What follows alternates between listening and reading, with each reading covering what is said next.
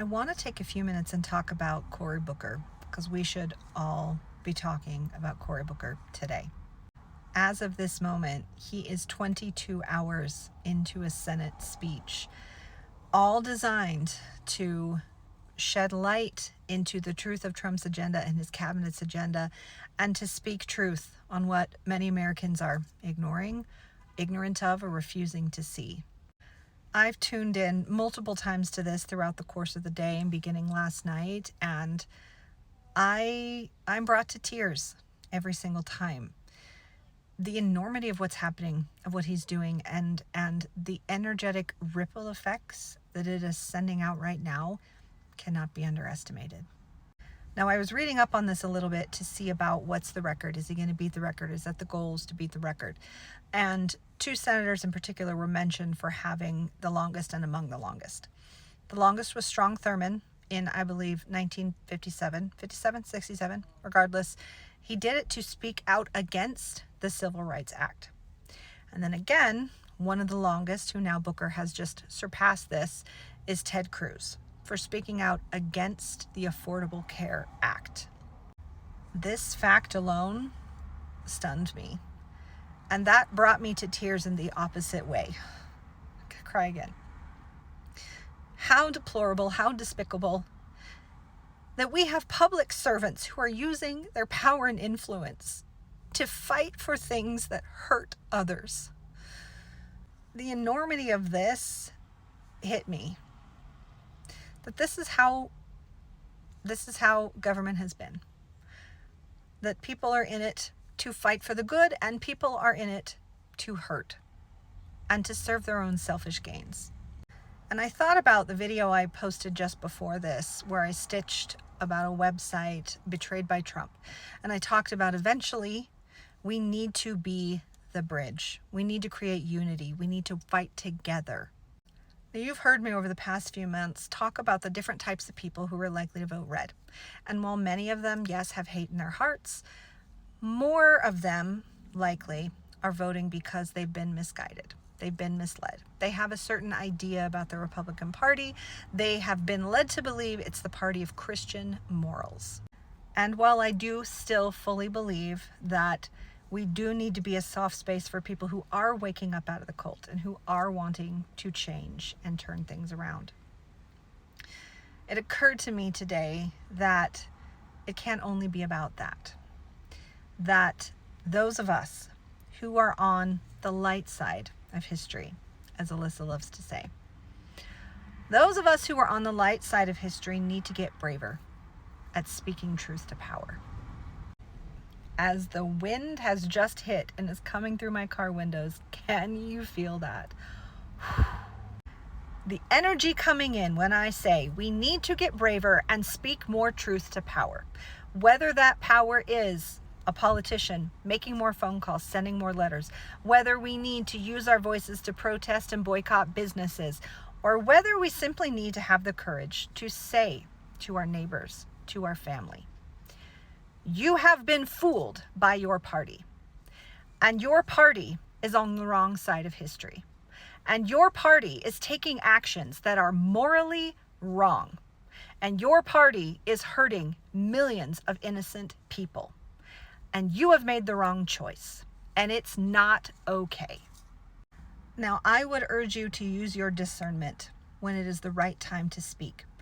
And it takes a deft hand to know how much power to use in a speech like that, how much authority to use, how much grounded power and presence.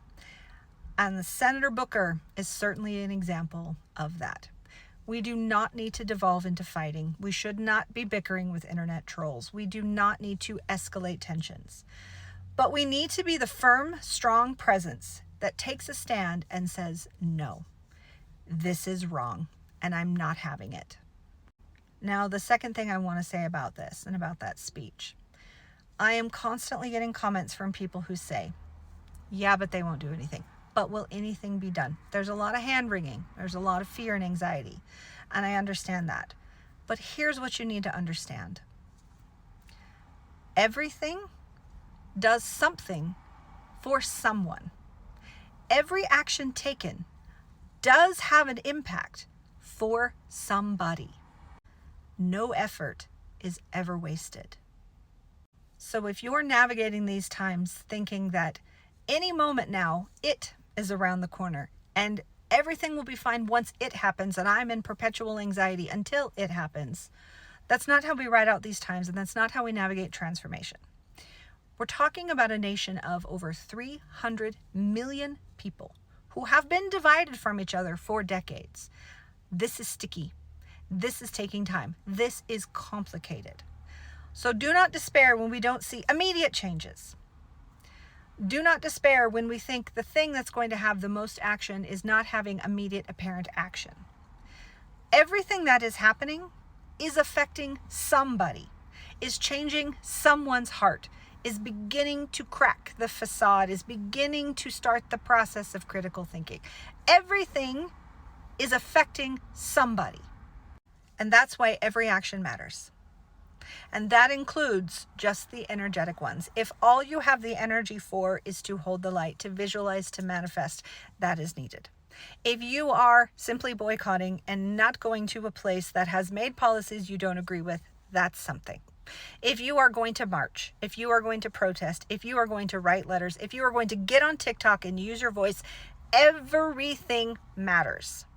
One thing that I've started doing is I've taken the videos where it's just lawmakers speaking, videos from C-SPAN, videos you see on the senators and the congressmen's TikTok.